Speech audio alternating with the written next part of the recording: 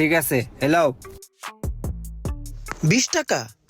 মামা মনে হয় সচরাচর রিক্সায় চলাফেরা করেন না। এই জায়গায় নর্মালি ভাড়া আছে 50 টাকা। তাছাড়া সারাটা দিন আপনার পিছে পিছে ঘুরছি, আপনি বিভিন্ন জায়গায় খাড়াইছেন, চা খাইছেন, কথাবার্তা বলছেন, আমার সারাটা দিন লস হয়েছে মামা। আপনি 20 টাকা দিলে কেমনে কি করবো এই রোজার মাসে? এই যে তোকে রিক্সা লাগে সবটাই খারাপ। তোকে লাগে যদি দামাদামি করে রিক্সায় না ওড়ি, নামার সময় তোরা ক্যাশ শুরু করে দে যাত্রীর লগে।